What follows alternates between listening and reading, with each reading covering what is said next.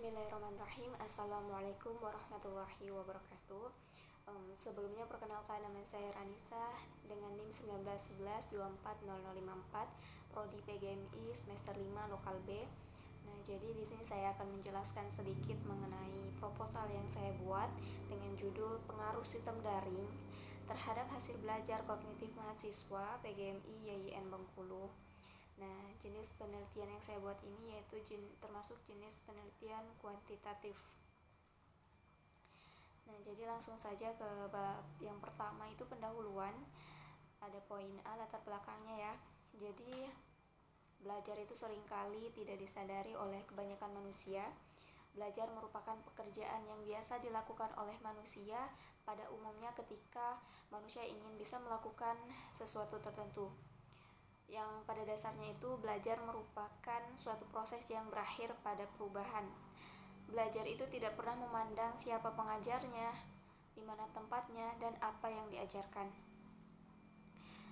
Menurut Witherington Purwanto 2002-84, bahwa belajar adalah suatu perubahan di dalam kepribadian yang menyatakan diri sebagai suatu pola baru daripada reaksi yang berupa kecakapan, kemudian sikap, kebiasaan, kepandaian, atau suatu pengertian. Nah, sebagaimana hasil observasi pada mahasiswa PGMI YIN Bengkulu telah melaksanakan pembelajaran daring, dan untuk belajar kognitif itu sendiri belum sepenuhnya dikuasai oleh mahasiswa. Itu karena adanya beberapa faktor yang menghambat proses belajar mengajar. Salah satunya yaitu kurangnya antusias mahasiswa dalam perkuliahan daring karena sinyal jaringan yang kurang memadai dan terbatasnya kuota internet yang dimiliki oleh mahasiswa. Dengan begitu, adanya penelitian ini kita bisa melihat melihat ada atau tidaknya pengaruh dari sistem daring ini terhadap hasil belajar kognitif mahasiswa PGMI YIN Bengkulu. Berdasarkan hasil latar belakang masalah di atas, peneliti hendak meneliti pengaruh dari sistem daring terhadap hasil belajar kognitif mahasiswa melalui penelitian yang berjudul Pengaruh Sistem Daring terhadap Hasil Belajar Kognitif Mahasiswa PGMI YIN Bengkulu. Kemudian setelah latar belakang itu ada identitas masalah. Berdasarkan latar belakang yang telah saya jelaskan tadi, maka dapat diidentifikasikan beberapa permasalahan sebagai berikut. 1. Adanya mahasiswa yang belum sepenuhnya memahami akan perkuliahan yang telah disampaikan saat daring. 2. Kurangnya antusias mahasiswa dalam perkuliahan daring karena sinyal jaringan yang kurang memadai. Kemudian 3, terbatasnya kuota internet yang dimiliki mahasiswa saat daring sehingga menghambat proses perkuliahan. Kemudian selanjutnya ada rumusan masalah. Berdasarkan latar belakang di atas, maka permasalahan yang diangkat dalam penelitian ini adalah apakah ada pengaruh sistem daring terhadap hasil belajar kognitif mahasiswa YIN Bengkulu. Kemudian tujuan, berdasarkan rumusan masalah di atas, penelitian ini bertujuan untuk mengetahui pengaruh sistem daring terhadap hasil belajar kognitif mahasiswa PGMI YIN Bengkulu. Yang selanjutnya itu setelah tujuan ada manfaat penelitian. Jadi manfaatnya yang pertama itu memberikan informasi kepada pihak instansi atau universitas tentang pengaruh sistem daring terhadap hasil belajar kognitif mahasiswa PGMI YIN Bengkulu. Kemudian yang kedua, memberikan informasi kepada instansi atau universitas, masyarakat, kemudian mahasiswa, dan bahkan lembaga pendidikan tentang penerapan sistem daring terhadap hasil belajar kognitif mahasiswa PGMI YIN Bengkulu. Setelah pendahuluan, selanjutnya itu ada bagian isi atau pembahasan. Yang poin yang pertama mengenai kajian teori. 1. Hasil belajar kognitif. Poin A, pengertian hasil belajar. Nah, hasil belajar adalah sebuah kalimat yang terdiri dari dua kata, yaitu hasil dan belajar. Hasil berarti sesuatu yang diadakan, dibuat, dijadikan, dan sebagainya oleh usaha. Sedangkan belajar adalah usaha memperoleh kepandaian atau ilmu. Hasil belajar merupakan hal yang dapat dipandang dari dua sisi, yaitu sisi siswa dan sisi guru. Dilihat dari sisi siswa bahwa belajar merupakan tingkat perkembangan mental yang lebih baik bila dibandingkan pada saat sebelum belajar. Kemudian dua, hasil belajar adalah bila seseorang telah belajar akan terjadi perubahan tingkah laku pada orang tersebut.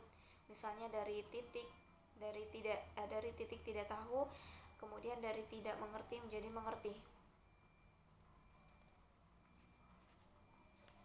Kemudian selanjutnya poin B, bentuk-bentuk hasil belajar. Nah, hasil belajar pada dasarnya adalah hasil akhir yang diharapkan dapat dicapai setelah seseorang itu belajar. Menurut tafsir 2008-12, hasil belajar atau bentuk perubahan tingkah laku yang diharapkan itu mampu mencapai suatu target atau tujuan pembelajaran. Kemudian, menurut Bloom bahwa hasil belajar diklarifikasikan ke dalam 3 ranah. Yang pertama itu ranah kognitif, pengetahuan, berpikir. Kemudian yang kedua ranah afektif, sikap dan juga nilai. Kemudian yang ketiga yaitu ranah psikomotorik atau keterampilan. Poin selanjutnya yaitu faktor yang mempengaruhi hasil belajar. Ada beberapa faktor, ada 2 ya, ada faktor internal dan juga eksternal. Faktor internal itu meliputi faktor jasmani, psikologis, dan sebagainya. Kemudian yang faktor eksternal itu meliputi faktor keluarga, faktor sekolah, dan faktor masyarakat. Kemudian poin yang 2, program sistem daring. Karena adanya pandemik ya, COVID-19 menyebabkan proses pembelajaran itu terganggu, pemerintah memutuskan kebijakan untuk meliburkan siswa dan juga siswi atau mahasiswa dan menerapkan metode belajar dengan sistem daring. Pembelajaran daring ini merupakan sistem pembelajaran tanpa tatap muka dengan guru secara langsung di dalam pembelajaran dengan menggunakan sistem online ya, yang menggunakan jaringan internet. Kemudian selanjutnya poin 3 itu ada tujuan sistem daring. Tujuan pembelajaran daring itu adalah untuk memudahkan berkomunikasi penyampaian materi ajar dalam bidang pendidikan yang dilakukan jarak jauh. Kemudian selanjutnya poin 4 ada kelebihan dan juga kekurangan sistem daring. Yang kelebihan pembelajaran daring itu meliputi tidak terbatasnya jarak, kemudian mencegah penularan virus COVID-19, kemudian mempercepat proses pembelajaran seperti mengirim file, googling, dan juga sebagainya. Kemudian kekurangan pembelajaran daring yang pertama itu memerlukan koneksi internet yang cukup cepat dan juga stabil. Kemudian kedua, bagi sebagian siswa pembelajaran daring itu tergolong sulit dan susah untuk dipahami. Kemudian setelah kajian teori itu poin B ada penelitian terdahulu. Nah, jadi hasil analisis dari penelitian Septia Ferranzona dan Suryanti dengan judul penelitian pengaruh pembelajaran daring terhadap hasil belajar kognitif mahasiswa pada mata kuliah limnologi, maka dapat ditarik kesimpulan bahwa hasil belajar kognitif mahasiswa melalui daring itu menunjukkan sangat baik dengan persentase 53,33% dan baik dengan persentase 46,6%.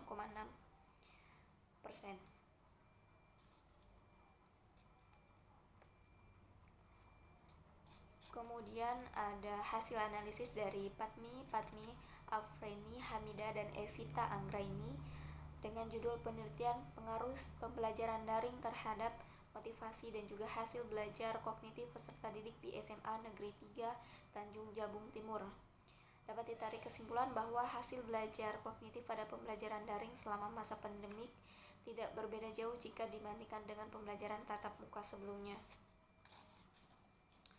Kemudian setelah bagian isi atau pembahasan di sini, selanjutnya ada metode penelitian. Yang poin A itu jenis penelitian. Jenis penelitian yang digunakan adalah deskriptif kuantitatif dengan pendekatan eksperimen. Pendekatan eksperimen dapat diartikan sebagai pendekatan penelitian yang digunakan untuk mencari pengaruh perlakuan tertentu terhadap yang lain dalam kondisi yang terkendali. Kemudian poin B, tempat dan waktu penelitian. Tempat penelitian akan dilakukan melalui aplikasi WhatsApp ya, Google Meet, kemudian link Google Form. Dan waktu yang digunakan peneliti dalam melakukan penelitian yaitu selama 1 bulan. Kemudian selanjutnya ada populasi dan juga sampel penelitian. Populasi yang pertama itu populasi adalah keseluruhan subjek penelitian. Populasi dalam penelitian ini adalah mahasiswa YIN Prodi PGMI semester 5. Sampel adalah sebagian dari subjek dalam populasi yang diteliti atau jumlah dari karakteristik yang dimiliki oleh populasi. Dan teknik pengambilan sampel yang digunakan ini adalah simple random sampling. Kemudian selanjutnya ada variabel penelitian. Ada 2 variabel dalam judul penelitian yang saya buat. Yang pertama itu ada variabel bebas dan variabel terikat. Variabel bebasnya yaitu pengaruh sistem daring, kemudian variabel terikatnya itu ada hasil belajar kognitif. Kemudian selanjutnya ada teknik analisis data. 1. Analisis statistik deskriptif. Nah, teknik analisis data yang saya gunakan yaitu analitik statistik deskriptif. Kemudian ada teknik pengumpulan data.